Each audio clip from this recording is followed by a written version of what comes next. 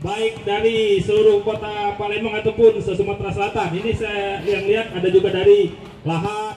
Turnamen 3x3 Competition Bayangkara Basketball resmi digelar di lapangan Atpakri Basketball Arena Palembang, diikuti 130 tim SMP dan SMA se-Sumatera Selatan. Terdiri dari 78 tim putra tingkat SMA, 32 tim putri tingkat SMA, dan 20 tim tingkat SMP. Ibtu Rizky Febrian, Wakil Ketua Pelaksana mengatakan, turnamen 3x3 Competition Bayangkara Basketball merupakan turnamen basket pertama yang diselenggarakan Kapolda Sumatera Selatan pada tanggal 8 hingga 10 November 2024 dengan tujuan menyaring bibit-bibit atlet basket berbakat yang ada di Sumatera Selatan. Kalau dari SMA kurang lebih yang dari putra itu 78, kalau yang putri sebanyak kurang lebih 32.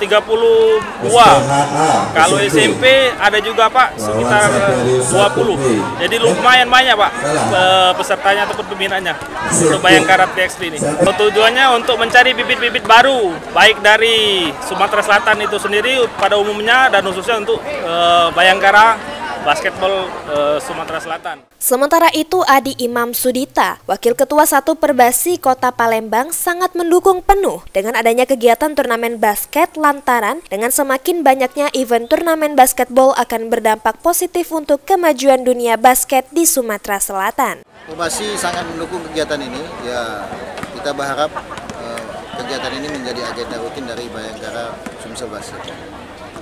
Kalau untuk dengan antusias basket di Sumatera Selatan saat ini Kak, seperti apa Kak? Antusias ini mulai meningkat ya. Sementara ini banyak stakeholder yang mau melaksanakan kegiatan-kegiatan baik itu 3x3 maupun 5 lawan.